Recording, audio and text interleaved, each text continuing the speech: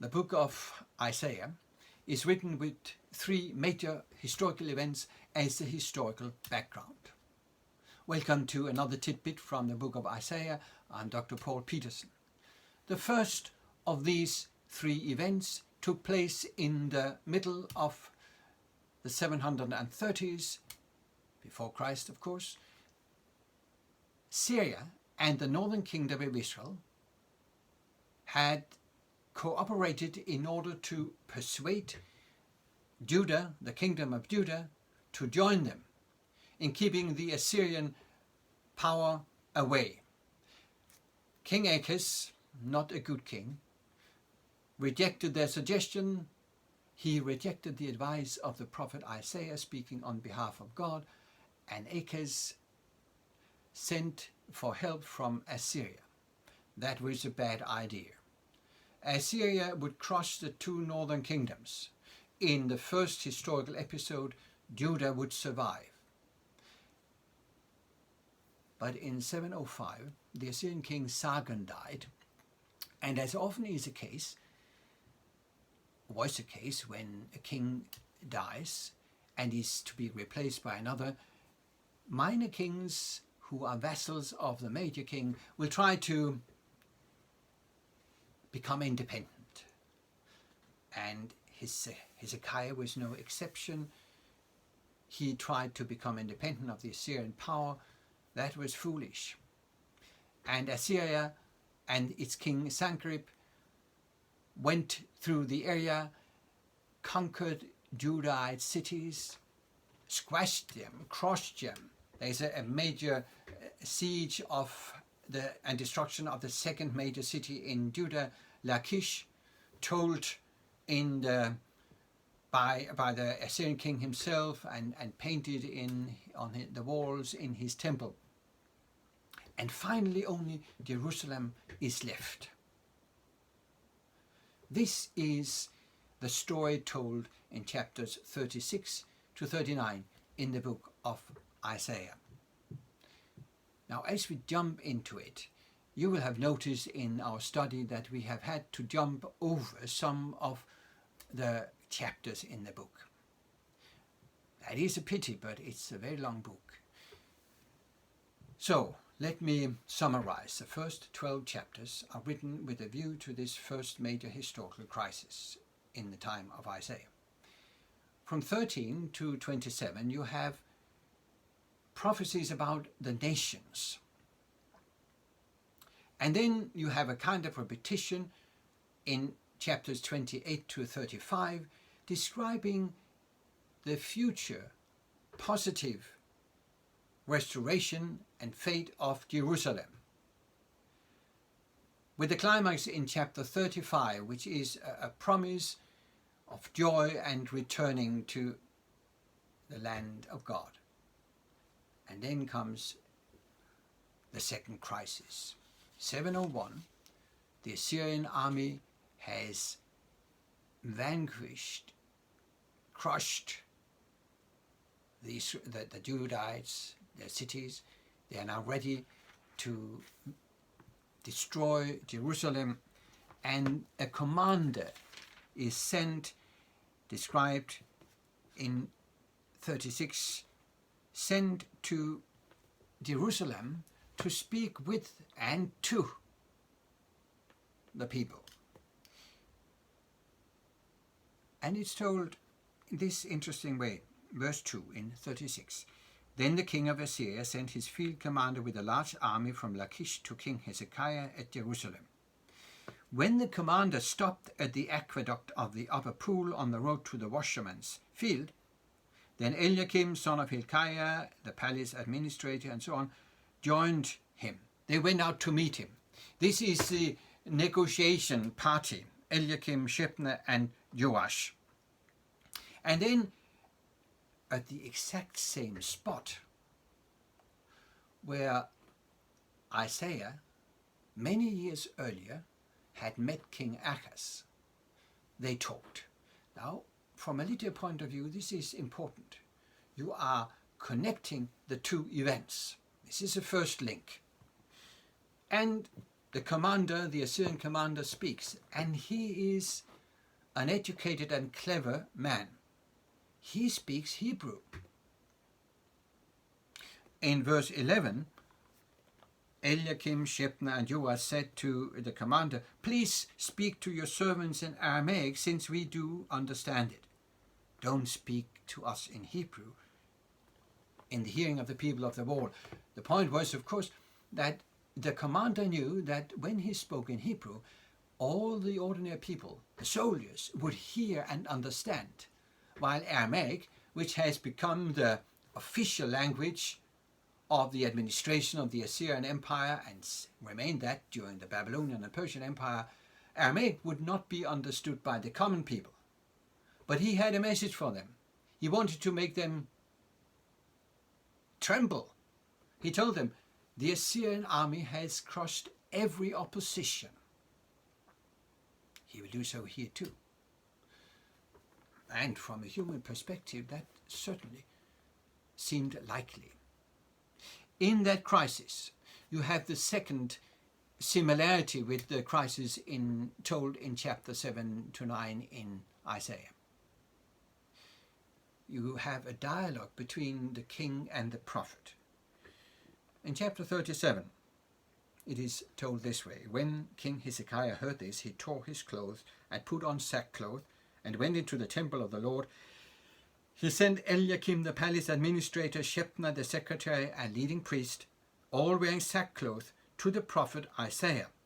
They told him," and here is a strange message, "This is what Hezekiah says: This day is a day of distress and rebuke and disgrace, as when children come to the point of birth and there is no strength to deliver them." Now you may recall that the imagery of childbirth is very important in the book of Isaiah. Here it has a symbolic function. He's not speaking about a literal birth. He's speaking about, is there strength in the people to be saved? Is there salvation? And the coming of a son would indicate a salvation. This is then the second or third link. The first, they met at the water channel. The second, that there is a dialogue between the king and the prophet. The third is, he speaks about a unique childbirth, just like Emmanuel in chapter 7. And then, of course, there is also given a sign. In verse 30, in the prophet's promise from God that they will be saved, this is the message: "This will be a sign for you, O Hezekiah. This year you will eat what grows by itself, and the second year what springs from that. But in the third year sow and reap, plant vineyards and eat their fruit. Once more a remnant of the house of Judah will take root below and bear fruit above." What is he saying? First, like in Isaiah's dialogue with King Ahaz, there is a sign given. And the sign tells that within 2 years, or in the third year, you will be able to reap, to harvest and reap.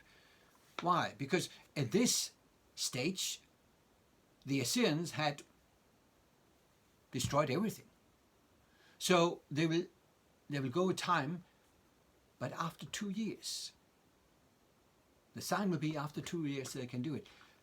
In chapter 7, the sign to the kings of Syria and Israel is that within 2 years you will be crushed and will not eat any fruit of your land. This is then the opposite sign. So this is another link to chapter 7, or to the first historical episode. So far, so good. There is a remnant that survives. Jerusalem is that remnant. However, this historical episode does not end that well, because about the same time, it's told in chapters 38 and 39, King Hezekiah becomes mortally ill. He sends a request to the prophet, who tells him, according to the Lord, you're going to die. He doesn't want to die. No surprise there. And because the Lord is mercy, he extends his life. And then watch out. As a sign that this will happen, according to verse 7, this is the Lord's sign to you that the Lord will do what he has promised. I will make the shadow cast by the sun go back the 10 steps it has gone down on the stairway of Ahaz. So the sunlight went back the 10 steps it had gone down. Now this was an astronomical sign. It was a huge sign.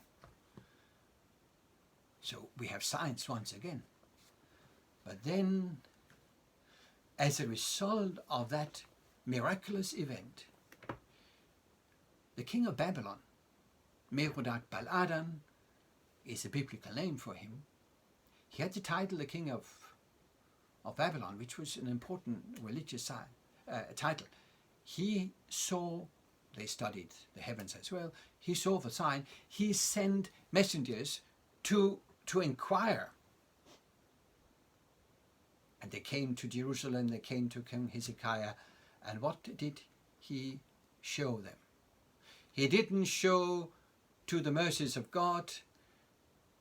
He didn't tell about the wonders of the message of God. He showed him all that he had himself. That was bad. And the resulting judgment is described in the words of the prophet in chapter 39 from verse 5. Then Isaiah said to Hezekiah, hear the word of the Lord Almighty, the time will surely come when everything in your palace and all that your fathers have stored up until this day will be carried off to Babylon. Nothing will be left.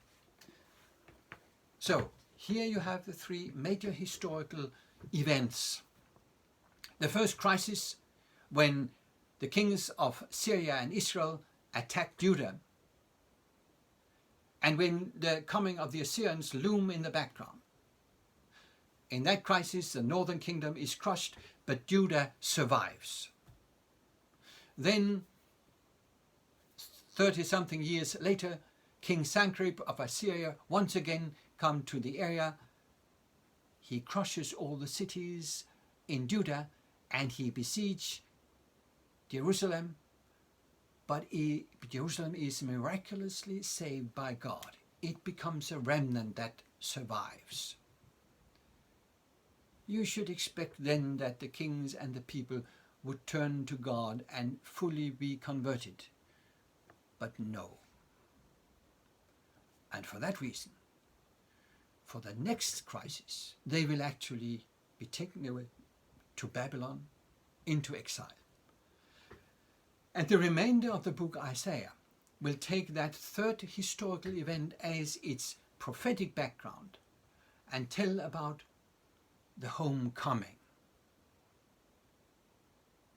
the return of the exiles, and the conversion of a remnant that will survive.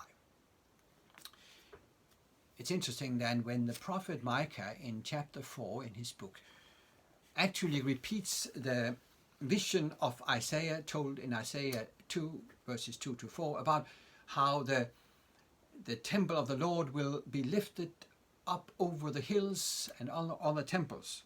Then Micah adds in verse 10 in chapter 4, writhe in agony, O daughter of Zion, like a woman in labor. Now you must leave the city to camp in the open field. You will go to Babylon. There you will be rescued. There the Lord will redeem you out of the hand of your enemies. It is now a well-known prophetic fact that Israel,